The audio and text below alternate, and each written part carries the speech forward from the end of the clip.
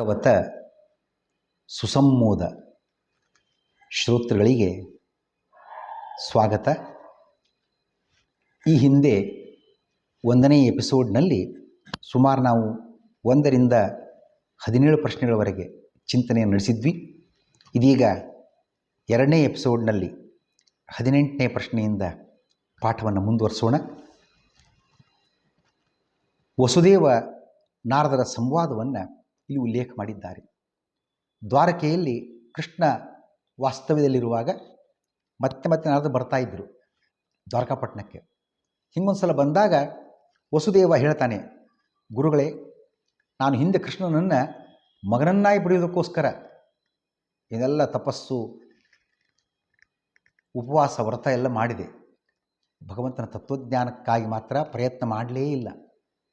ತತ್ವಜ್ಞಾನ ನೀಡಬೇಕು ಅಂತ, ಉಪದೇಶ ಮಾಡಬೇಕು ಅಂತ ವಿನಂತಿ ಮಾಡಿಕೊಂಡಿದ್ದಾನೆ. ಹಾಗಾಗಿ ಆ ಕಾರಣಕ್ಕೋಸ್ಕರ ನನಗೆ ತತ್ವಜ್ಞಾನ ತಾವು ನೀಡಬೇಕು ಅಂತ ವಿನಂತಿ ಮಾಡ್ಕೊಳ್ತಾನೆ. ಜನರಿಗೆ ದೇವತೆಗಳಿಂದ ಸುಖ ಹಾಗೂ ದುಃಖ ಎರಡೂ ಪ್ರಾಪ್ತವಾಗ್ತದೆ ಅವರವ್ರ ಕರ್ಮಾನುಸಾರವಾಗಿ. ನಮ್ಮ ಜೊತೆಗೆ ದೇವತೆಗಳಿದ್ದಾರೆ, ತತ್ವಾಭಿಮಾನಿ ದೇವತೆಗಳು. ಆದರೆ ನಿಮ್ಮಂಥ ಜ್ಞಾನಿಗಳಿಂದ ಕೇವಲ ಸುಖವೇ ದೊರೆಯುತ್ತದೆ. ಇದು ವಸುದೇವ ಹೇಳುವ ಮಾತು ನಾರದರನ್ನು ಕಂಡು. ಹಿಂದೆ ನಾನು ಹರಿಯ ಆರಾಧನೆ ನಡೆಸಿದ್ದು ಪುತ್ರ ಪ್ರಾಪ್ತಿಗಾಗಿ ಹೊರತು ಮೋಕ್ಷ ಪ್ರಾಪ್ತಿಗಾಗಿ ಅಲ್ಲವೇ ಅಲ್ಲ. ಹಾಗಾಗಿ ಭಾಗವತ ಧರ್ಮವನ್ನು ತಾವು ಉಪದೇಶಿಸಬೇಕು ಅಂತ ವಸುದೇವ ನಾರದರಿಗೆ ವಿನಂತಿಸಿದ್ದಾನೆ. ನಾರದ ವಸುದೇವನಿಗೆ ಉತ್ತರ ರೂಪವಾಗಿ ಜಯಂತೆ ಉಪಾಖ್ಯಾನವನ್ನು ಪ್ರಸ್ತುತಪಡಿಸಿದ್ದಾರೆ. ಏನಿದು ಜಯಂತೆಯ ಉಪಾಖ್ಯಾನ ಅಂದರೆ? 9 ಮಹಾಮುನಿಗಳ ಉಪದೇಶ ಸಂಗ್ರಹವೇ ಜಯಂತೆಯ ಉಪಾಖ್ಯಾನ. 9 ಮುನಿಗಳ ಹೆಸರೇನು? ಕವಿ, ಹರಿ, ಅಂತರಿಕ್ಷ, ಪ್ರಬುದ್ಧ, ಪಿಪ್ಪಲಾಯನ, ಆವಿರ್ಹೋತ್ರ, ಚಮಸ, ದ್ರವಿಣ, ಕರಭಾಜನ. ಇವು 9 ಮಹಾಮುನಿಗಳ ಹೆಸರು. ಈ 9 ಮಹಾಮುನಿಗಳ ತಂದೆ ಹೆಸರೇನು? ಸ್ವಯಂಭುವ ಮನುವಿನ ಪುತ್ರ ಪ್ರಿಯವ್ರತ ರಾಜ. ಪಂಚಮಸ್ಕಂದ ಪ್ರಾರಂಭದಲ್ಲಿ ಕಥೆ ಬಂದಿದೆ. ಪ್ರಿಯವರ್ತನ ಪುತ್ರನಾಗಿರ್ತಕ್ಕಂಥವನು ಆಗ್ನಿಧ್ರ. ಆಗ್ನಿಧ್ರ ಪುತ್ರ ನಾಭಿರಾಜ. ನಾಭಿರಾಜನಲ್ಲಿ ಸಾಕ್ಷಾತ್ ಭಗವಂತ ಋಷಭನಾಮಕನಾಗಿ ಅವತಾರ ಮಾಡ್ತಾನೆ. ಆ ಋಷಭದೇವನ ಪುತ್ರರೇ ಈ 9 ಜನ ಜ್ಞಾನಿಗಳು. ಈ ಋಷಭದೇವನಿಗೆ ಎಷ್ಟು ಜನ ಮಕ್ಕಳು? 100 ಜನ ಮಕ್ಕಳು. ಅದರ ವಿವರವನ್ನು ನೋಡುವಂತಾಗಿದ್ದರೆ 100 ಜನ ಮಕ್ಕಳಲ್ಲಿ ಭರತನೇ ಹಿರಿಯನಾಗಿ ಹುಡ್ತಾನೆ. 9 ಜನ ಅವನ ಸಹೋದರರು 9 ದ್ವೀಪಗಳ ಅಧಿಪತಿಗಳಾಗ್ತಾರೆ. ಇನ್ನು 81 ಜನ ಬ್ರಾಹ್ಮಣೋಚಿತ ಅಧ್ಯಯನ ಯಾಗಾದಿ ಕಾರ್ಯಗಳನ್ನು ಕೈಗೊಳ್ತಾರೆ. ಉಳಿದ 9 ಜನರು ಇದೇ ಕವಿ, ಹರಿ ಮುಂತಾದ ಜ್ಞಾನಿಗಳು ವಿರಕ್ತರಾಗಿ ಲೋಕ ಸಂಚಾರವನ್ನು ಕೈಗೊಂಡಿದ್ದಾರೆ. ಹಿರಿಯ ಮಗ ಭರತನ ಹಿರಿಮೆ ಏನು? ಅಲ್ಲಿಯವರೆಗೆ ಆ ಭರತ ರಾಜ್ಯ ಆಳ್ವಿಕೆ ನಡೆಸುವವರೆಗೆ ಈ ಭಾರತ ಭೂಭಾಗಕ್ಕೆ ಆಂಜನಾಭ ಅಂತ ಹೆಸರಿತ್ತು. ಭರತನ ಆಳ್ವಿಕೆಯಿಂದ, ಅವನ ಪ್ರಭಾವದಿಂದ ಇದಕ್ಕೆ ಭಾರತ ಅನ್ನುವ ಹೆಸರು ಬಂತು. ಅಂತಹ ಫೇಮಸ್, ಪ್ರಸಿದ್ಧ, ಮಹಾಪರಾಕ್ರಮಿ, ಪ್ರಭಾವಿಯಾದ ವ್ಯಕ್ತಿ ಭರತ ಚಕ್ರವರ್ತಿ. ಅವನು ಕೋಟಿ ವರ್ಷ ರಾಜ್ಯವಾಳಿ ಇನ್ನೂ ತಾರುಣ್ಯದಲ್ಲೇ ವಿರಕ್ತನಾಗಿ ತಪಸ್ಸಿಗೆ ಹೋಗಿಬಿಡ್ತಾನೆ ಪುಲಹಾಶ್ರಮಕ್ಕೆ. 3 ಜನ್ಮಗಳಲ್ಲಿ ಹರಿಯ ಸ್ಥಾನವನ್ನು ಸೇರಿಕೊಂಡಿದ್ದಾನೆ. ಇದು ಭರತನ ಹೆಗ್ಗಳಿಕೆ. ಈ 9 ಜನರು ಜಯಂತೆಯರು ಯಾಕೆ? ಆಗಲೇ ಹೇಳಿದಂತೆ ಋಷಭದೇವನ ಅವತಾರ ಮಾಡಿದ್ದ ನಾಭಿರಾಜನ ಮಗನಾಗಿ ಆ ಋಷಭದೇವ ಜಯಂತಿ ಅನ್ನುವಳನ್ನು ವಿವಾಹವಾಗ್ತಾನೆ. ಋಷಭದೇವನ ಪತ್ನಿ ಜಯಂತಿ, ಅರ್ಥಾತ್ ಈ ಕವಿ ಮುಂತಾದ ಬ್ರಹ್ಮಜ್ಞಾನಿಗಳ ಮತ್ತು ಆ 100 ಮಕ್ಕಳು ಆಗಲೇ ಹೇಳಿದಂತಾನೆ ಎಲ್ಲರ ತಾಯಿ ಜಯಂತಿ. ಆ ಜಯಂತಿಯ ಮಕ್ಕಳಾದ್ದರಿಂದ ಇವರು ಜಯಂತಿಯರು. ಕವಿ ಮುಂತಾದ 9 ಜನರು ಹೇಗಿದ್ದರು? ಅವರು ವಿರಕ್ತರು, ದಿಗಂಬರರು, ಸನ್ಯಾಸಿಗಳು, ಮಹಾಜ್ಞಾನಿಗಳು ಆಗಿದ್ದರು. ಇವರು ಸಂಚಾರ ಮಾಡ್ತಾ ನಿಮಿರಾಜನ ಯಜ್ಞ ಶಾಲೆಗೆ, ಸತ್ರಯಾಗಕ್ಕೆ ತಾವಾಗಿ ಆಕಸ್ಮಿಕವಾಗಿ ಬಂದಿದ್ದಾರೆ. ಬಂದ ಮುನಿಗಳನ್ನು ಸ್ವಾಗತ ಮಾಡಿದ್ದಾನೆ ನಿಮಿರಾಜ. ಅರ್ಘ್ಯಪಾದ್ಯಗಳನ್ನು ಕೊಟ್ಟು ಜ್ಞಾನಿಗಳು ಬಂದಾಗ ಹಾಳು ಹರಟಿ ಹೊಡಿತಕ್ಕದ್ದಲ್ಲ. ತನಗೆ ಅತ್ಯಂತ ಅವಶ್ಯವಾಗಿರತಕ್ಕಂತಹ ಮೋಕ್ಷೋಪಯೋಗಿಯಾಗಿರತಕ್ಕಂತಹ ತತ್ವಜ್ಞಾನದ ಬಗ್ಗೆ ಜ್ಞಾನಿಗಳ ಉಪದೇಶ ಪಡ್ಕೊಳ್ಬೇಕು. ಹಾಗಾಗಿ ನಿಮಿರಾಜ ವಿನಂತಿ ಮಾಡ್ತಾನೆ, ಗುರುಗಳೇ, ಮನುಷ್ಯ ಜನ್ಮ ದುರ್ಲಭವಾಗಿದೆ, ಅದರಾಗ ಮತ್ತೆ ನಿಮ್ಮಂಥ ಜ್ಞಾನಿಗಳ ದರ್ಶನ ಮತ್ತೂ ದುರ್ಲಭ. ನಿಮ್ಮಂಥ ಜ್ಞಾನಿಗಳ ಸಂಘ ಒಂದು ಅರ್ಧ ಕ್ಷಣ ಸಿಕ್ಕರೂ ಸಾಕು, ದೊಡ್ಡ ನಿಧಿ ದೊರೆತಂತೆ ಅದು.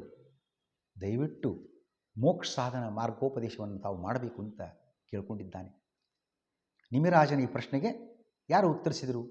ಕವಿ ಅಂತಕ್ಕಂಥ ಮಹಾಮುನಿಗಳು ಉತ್ತರಿಸಿದ್ದಾರೆ. ಕವಿ ಮುನಿಗಳ ಉಪದೇಶ ಏನು ಅಂತ ನೋಡೋದಾಗಿದ್ದರೆ ಹೇಳ್ತಾರೆ, ನೋಡು ರಾಜ, ಜೀವನಿಗೆ 3 ಅವಸ್ಥೆ, ಜಾಗೃತ್, ಸ್ವಪ್ನ, ಸುಷುಪ್ತಿ, 3 ಅವಸ್ಥೆ ಭಗವಂತನಿಂದಲೇ ಬರ್ತದೆ. ಈ ಸುಷುಪ್ತಿ ಮತ್ತು ಸ್ವಪ್ನ, ಸ್ವಪ್ನ ಅಂದರೆ ಕನಸುಗಳ ನಿರ್ಮಾಣ ಅಂತ ಅರ್ಥ. ಮಲ್ಕೊಂಡಿರ್ತೀವಿ ನಾವು, ಅದು ಸ್ವಪ್ನಾವಸ್ಥೆ. ಎದ್ದು ಓಡಾಡ್ತಿರೋದಿಲ್ಲ, ಮಾತಾಡ್ತಿರೋದಿಲ್ಲ, ತಿಂತಾ ಇರೋದಿಲ್ಲ, ಮಲಗಿದ್ದಷ್ಟೇ. ಆದರೆ ಗಾಢ ನಿದ್ರೆ ಇಲ್ಲ, ಏನೇನೋ ಸ್ವಪ್ನಗಳು, ಅದನ್ನು ಸ್ವಪ್ನಾವಸ್ಥೆ ಅಂತಲೇ ಕರೀತಾರೆ. ಸುಷುಪ್ತಿನ ಕರೀತಾರೆ. ಅಂದ್ರೇನು? ಒಳ್ಳೆ ನಿದ್ದೆ, ಮಲಗಿದ್ದೊಂದೇ ಎಚ್ಚರ, ಪುನಃ ಬೆಳಗ್ಗೆನೇ ಎಚ್ಚರ ಆಗಿದ್ದು, ಮಧ್ಯದಲ್ಲಿ ಏನೂ ಗೊತ್ತಾಗಿಲ್ಲ, ಅಷ್ಟು ಸಮಯ ಒಳ್ಳೆ ನಿದ್ದೆ, ಗಾಢ ನಿದ್ದೆ, ಅದಕ್ಕೆ ಸುಷುಪ್ತಿ ಅಂತ. ಜೀವನಿಗೆ ಸುಷುಪ್ತಿ ಹಾಗೂ ಸ್ವಪ್ನ ಇವು ಉಂಟಾಗತಕ್ಕಂಥದ್ದು ಶ್ರೀಹರಿಯಿಂದ. ನೋಡ್ರಿ, ಕನಸು ಬೀಳ್ತದೆ ರಾತ್ರಿ ಮಲಗಿರುವಾಗ ಜೀವನಿಗೆ. ಜೀವ ಸುಂದರ ಹೌದೋ ಅಲ್ಲ, ಅವನು ಎಚ್ಚರವಾಗಿದ್ದರೆ ಕನಸೇ ಮುಕ್ತಾಯವಾಗ್ತದೆ. ಆ ಕನಸು ನಿರ್ಮಾಣ ಮಾಡಿದವನು ಯಾರು? ಜೀವಂತೂ ಅಲ್ಲ, ಅವನು ಮಲಗಿದ್ದಾನೆ. ಜೀವ ಎದ್ದಾಗ ಕನಸೇ ಇಲ್ಲ. ಹಾಗಾಗಿ ಸುಷುಪ್ತಿ ಮತ್ತು ಸ್ವಪ್ನಗಳನ್ನು ನಿರ್ಮಾಣ ಮಾಡತಕ್ಕಂಥವನು ಭಗವಂತ. ಇಲ್ಲಿ ಸ್ಪಷ್ಟ ಇದೆ. ಅಲ್ಲಿ ಜೀವ ಅಸ್ವತಂತ್ರ, ಹೌದಾ? ಅಲ್ಲಿ ಯಾವುದೇ ರೀತಿಯ ಜೀವನ ಸ್ವಾತಂತ್ರ್ಯಕ್ಕೆ ಅವಕಾಶ ಇಲ್ಲವೇ ಇಲ್ಲ. ನೀವು ಮಲಗಿದ್ದಾನಷ್ಟೇ. ಆ ಸ್ವಪ್ನಗಳು ಬರತಕ್ಕಂಥದ್ದು, ಒಳ್ಳೆ ನಿದ್ದೆ ಬರತಕ್ಕಂಥದ್ದು ಎಲ್ಲ ಭಗವಂತನ ಇಚ್ಛೆ ಅದು. ಹಾಗೆ ಎಚ್ಚರದಲ್ಲಿಯೂ ಸಹಿತ ನಾನು ಈ ಮನೆ ಕಟ್ಟಿದೆ, ತಿಂಡಿ ತಿಂದೆ, ಊಟ ಮಾಡಿದೆ, ಅಲ್ಲಿ ಹೋದೆ, ಇಲ್ಲಿ ಹೋದೆ, ಎಲ್ಲ ವ್ಯವಹಾರಗಳು ಏನುಂಟು ಎಲ್ಲವೂ ಭಗವಂತನ ಅಧೀನವಾಗಿದ್ದರೂ ಕೂಡ ಕನಸಿನಲ್ಲಿ ಕಾಣುವ ಪದಾರ್ಥದಂತೆ ಜೀವನಿಗೆ ತನ್ನವು ಅಂತ ಅನಿಸಿಬಿಡ್ತದೆ. ನಾನು ಮಾಡಿದ್ದೇನೆ, ಎದ್ದದ್ದು ನಾನು, ಅಲ್ಲಿ ಹೋದದ್ದು ನಾನು, ತಿಂದದ್ದು ನಾನು, ನೋಡಿದ್ದು ನಾನು, ಕೇಳಿದ್ದು ನಾನು, ಹೀಗಲ್ಲ ನಾನು ಮಾಡಿದ್ದು ಅಂತ ಅನಿಸಿಬಿಡ್ತದೆ. ಅಲ್ಲ, ಇಲ್ಲಿಯೂ ಭಗವಂತನೇ ಮಾಡ್ತಾ ಇದ್ದಾನೆ, ನಮಗದು ಗೊತ್ತಾಗೋದಿಲ್ಲ ಅಷ್ಟೇ. ಆ ಎರಡರಲ್ಲಂತೂ ಗೊತ್ತಾ ಅವಸ್ಥೆಯಲ್ಲಿ, ಸುಷುಪ್ತಿ ಮತ್ತು ಸ್ವಪ್ನಾವಸ್ಥೆಯಲ್ಲಿ. ಹಾಗೆ ಜಾಗೃತ ಅವಸ್ಥೆಯಲ್ಲಿ ಕೂಡ ಎಲ್ಲ ಕಾರ್ಯಗಳನ್ನು ಭಗವಂತನೇ ಮಾಡ್ತಾ ಇದ್ದಾನೆ. ಶರೀರಾದಿಗಳೆಲ್ಲ ಯಾಕೆ ದೇವರು ಕೊಟ್ಟಿದ್ದಾನೆ ಅಂತಂದರೆ ಭೋಗಿಸ್ಲಿಕ್ಕೆ, ಅಂದರೆ ಸುಖ ಪಡಲಿಕ್ಕೆ, ಎಂಜಾಯ್ ಮಾಡಲಿಕ್ಕೆ ಅಂತ ನಾವು ಅನ್ಕೋತೀವಿ. ಅಲ್ಲ, ಇದೇ ಸಂಸಾರಕ್ಕೆ ಕಾರಣವಾಗಿಬಿಡ್ತದೆ. ಈ ಶರೀರ ಕೊಟ್ಟಿರ್ತಕ್ಕಂಥದ್ದು, ಮನೆ, ಸಂಪತ್ತು, ಇದೆಲ್ಲ ಅನುಕೂಲ ಭಗವಂತ ಕೊಟ್ಟಿದ್ದಾನೆ ಭಗವಂತನ ಪೂಜೆಗಾಗಿ ಅಂತ ಭಾವಿಸಬೇಕು. ಭಾವಿಸಿ ಆ ರೀತಿ ಅರ್ಚನೆ, ಆರಾಧನೆ ನಡೆಸಿ ಅದನ್ನು ಭಗವಂತನಿಗೆ ಅರ್ಪಿಸಿಬಿಟ್ರೆ ಅದೇ ಸಂಸಾರ ಮೋಚಕವಾಗುತ್ತದೆ. ಈ ದೇಹ, ಮಾತು, ಮನಸ್ಸು ತ್ರಿಕರಣಪೂರ್ವಕ ಇನ್ನೆಲ್ಲ ನಾವು ಮಾಡ್ತೀವಿ. ಕಾಯೇನ ವಾಚ ಮನಸೇಂದ್ರಿಯ ಇರುವ ಬುದ್ಧ್ಯಾತ್ಮನ ಮಾನಸುತ ಸ್ವಭಾವಂ ಕರೋತಿ ಯದ್ಯತ್ ಸಕಲಂ ಪರಸ್ಮೈ ನಾರಾಯಣಾಯೇತಿ ಸಮರ್ಪಯೇತ್ತತ್. ಈ ಮಾತು, ಮನಸ್ಸು ಮತ್ತು ದೇಹ, ಕಾಯೇನ ವಾಚ ಮನಸ, ಏನೆಲ್ಲ ಕಾರ್ಯವನ್ನು ಮಾಡ್ತೀವಿ ಎಲ್ಲವನ್ನು ಕೂಡ ಭಗವಂತನಿಗೆ ಕೃಷ್ಣಾರ್ಪಣ ಅಂತ ಅರ್ಪಿಸಿಬಿಡಬೇಕು. ಊಟ ಮಾಡುವಾಗ ಅದರಿಂದ 3 ಲಾಭಗಳು ಉಂಟಾಗ್ತದೆ. ಊಟ ಮಾಡುವವನಿಗೆ ಪ್ರತಿ ತುತ್ತಿನಲ್ಲಿ ಹಸಿವಿನ ನಿವಾರಣೆ, ದೇಹಕ್ಕೆ ಪುಷ್ಟಿ, ತೃಪ್ತಿ ಉಂಟಾಗುವಂತೆ ಈ ಭಗವಂತನಲ್ಲಿಯೂ ಕೂಡ ಭಕ್ತಿ, ತನ್ನಲ್ಲಿ ಅಸ್ವಾತಂತ್ರ್ಯದ ಅನುಭವ ಮತ್ತು ಹರಿಯಲ್ಲಿ ಭಕ್ತಿ, ಹಾಗಾಗಿ ಇವು ಕೂಡ ಏಕಕಾಲಕ್ಕೆ ದೊರೀತವೆ. ಹರಿಯಲ್ಲಿ ಭಕ್ತಿ, ತನ್ನಲ್ಲಿ ಅಸ್ವಾತಂತ್ರ್ಯ ಅನುಭವ, ಪ್ರಪಂಚದಲ್ಲಿ ವೈರಾಗ್ಯ, ಇವು 3 ಏಕಕಾಲಕ್ಕೆ ದೊರೆಯುತ್ತವೆ. ಶ್ರವಣಾದಿಗಳಿಂದ, ಶಾಸ್ತ್ರಶ್ರವಣ, ಪಾಠಶ್ರವಣಗಳ ಮೂಲಕ ಹರಿಭಕ್ತಿ ಪಡೆದವರು ಸಾಮಾನ್ಯರಂತೆ ಇರುವುದಿಲ್ಲ. ಏನು ಹಾಗಂದರೆ ಹರಿಭಕ್ತರು ಸಾಮಾನ್ಯರಂತೆ ಇರುವುದಿಲ್ಲ ಅಂತ ಆ ಮಾತಿನ ಅರ್ಥ ಏನು ಅಂತಂದರೆ, ಶ್ರೀಮದ್ ಆಚಾರ್ಯರು ವರಾಹ ಪುರಾಣದ ಮಾತನ್ನು ಉಲ್ಲೇಖ ಮಾಡಿ ವಿವರಣೆ ಕೊಡ್ತಾರೆ. ಕೆಲವರು ಭಕ್ತಿಯ ಪರವಶತೆಯಲ್ಲಿ ಜೋರಾಗಿ ಮಾತಾಡ್ತಾರೋ, ಹಾಡು ಹೇಳ್ತಾರೋ, ನಾಮಸ್ಮರಣೆ ಮಾಡ್ತಾರೋ, ಕೂಗುತ್ತಾರೆ ಜೋರಾಗಿ ಉಚ್ಚ ಧ್ವನಿಯಿಂದ, ಉಚ್ಚ ಸ್ವರದಿಂದ. ಕೆಲವರು ಅಳ್ತಾರೆ, ಆ ಭಾವನೆ ಕೂಡ ಬರಬಹುದಾಗಿದೆ. ಏನು ಗೊತ್ತೇ ಆಗೋದಿಲ್ಲ ಅವರಿಗೆ, ಹುಚ್ಚರಂತೆ, ಮದ್ಯಪಾನಿಗಳಂತೆ, ಮೈ ಮೇಲೆ ಎಚ್ಚರನೇ ಇರೋಂಗಿಲ್ಲ. ಆ ರೀತಿಯಲ್ಲಿ ಭಕ್ತಿಯಿಂದ ಆ ಎಲ್ಲ ಸ್ತೋತ್ರಗಳನ್ನು ಹೇಳ್ತಕ್ಕಂಥ ಕಾರ್ಯವನ್ನು ಕೆಲವರು ಮಾಡ್ತಾರೆ. ಇದು ಕೆಲವರು ಬಾಕಿ ಚಿಹ್ನೆ. ಇನ್ನು ಕೆಲವರಿಗೆ ಇಂಥ ಬಾಕಿ ಚಿಹ್ನೆ ಇರೋದಿಲ್ಲ. ಅಲ್ಲಿ ಆನಂದ ಬಾಷ್ಪ ಸುರಿಸ್ತಕ್ಕಂಥದ್ದು, ಜೋರಾಗಿ ಕೂಗತಕ್ಕಂಥದ್ದು ಇದ್ಯಾವುದು ಇರೋದಿಲ್ಲ. ಅವರು ಆಂತರಿಕ ಭಕ್ತರು. ಇನ್ನು ಕೆಲವರು ಉಭಯ ಪ್ರಕಾರದವರು. ಕೇಚಿತ್ ಉನ್ಮಾದವದ್ಭಕ್ತ ಬಾಹ್ಯಲಿಂಗ ಪ್ರದರ್ಶಕಾ ಕೇಚಿದಾಂತರ ಭಕ್ತಾ ಸ್ಯು ಕೇಚಿಚ್ಚ ಉಭಯಾತ್ಮಕಾ ಮುಖಪ್ರಸಾದಾದಾರ್ಢ್ಯಾಚ್ಚ ಭಕ್ತಿರ್ಜ್ಞೇಯ ನ ಚಾನ್ಯತಃ. ಹಾಗಾಗಿ ಬಾಹ್ಯ ಲಕ್ಷಣ ಹೊಂದಿದವರು ಕೆಲವರು, ಅದಿಲ್ಲದೆ ಇರತಕ್ಕಂಥವ್ರು ಕೆಲವರು. ಇಬ್ಬರು ಭಕ್ತರೇ. ಮತ್ತೊಂದು ಗುಂಪಿದೆ, ಎರಡೂ ಲಕ್ಷಣ ಹೊಂದಿರತಕ್ಕಂಥವ್ರು ಇದ್ದಾರೆ. ಹಾಗಾದ್ರೆ ನಾವು ಖರೆ ಒರಿಜಿನಲ್ ಶ್ರೇಷ್ಠ ಶುದ್ಧ ಭಕ್ತರು ಅಂತ ಗುರುತಿಸ್ತಕ್ಕಂಥ ಕ್ರಮ ಹೇಗೆ? ಯಾಕಂದ್ರೆ ಕೆಲವರು ಡಾಂಬಿಕತನ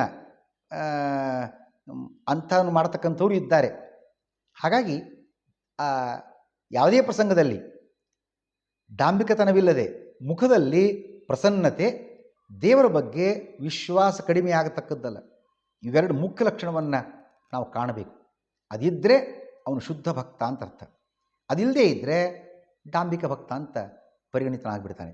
ಅದಕ್ಕಾಗಿ ವರಾಹ ಪುರಾಣದ ಮಾತಿನಂತೆ ನಿಜವಾದ ಭಕ್ತ ಆಗಿದ್ದರೆ ಅವನಲ್ಲಿ ಮುಖದಲ್ಲಿ ಪ್ರಸನ್ನತೆ ಮತ್ತು ದೇವರಲ್ಲಿ ವಿಶ್ವಾಸ ಎರಡು ಎದ್ದು ಕಾಣಿಸ್ತದೆ. ಅದಿರಬೇಕು. ಇಲ್ಲದ್ರೆ ಬರೀ ಬಾಕಿಯ ಜೋರಾಗಿ ಅಳತಕ್ಕಂಥದ್ದು, ಕೂಗತಕ್ಕಂಥದ್ದು ಯಾರು ಮಾಡಬಹುದು? ಡಾಂಬಿಕ ಭಕ್ತರು ಕೂಡ ಅವನ ಭಕ್ತ ಅಂತ ಕರೆಯಲು ಸಾಧ್ಯವಿಲ್ಲ. ಕವಿ ಮುನಿಗಳ ಉಪದೇಶಕ್ಕೆ ಆಧಾರ ಏನು? ವಿದ್ಯಮಾನವದೇತೆ ತತ್ ದೇಹಾದಿಕ ವಶೇ ಸ್ಥಿತಂ ವಿಭಾತಿ ಸ್ವವಶತ್ವೇನ ಸೈಷಾ ಸಂಸ್ಕೃತಿರುಚ್ಯತೆ.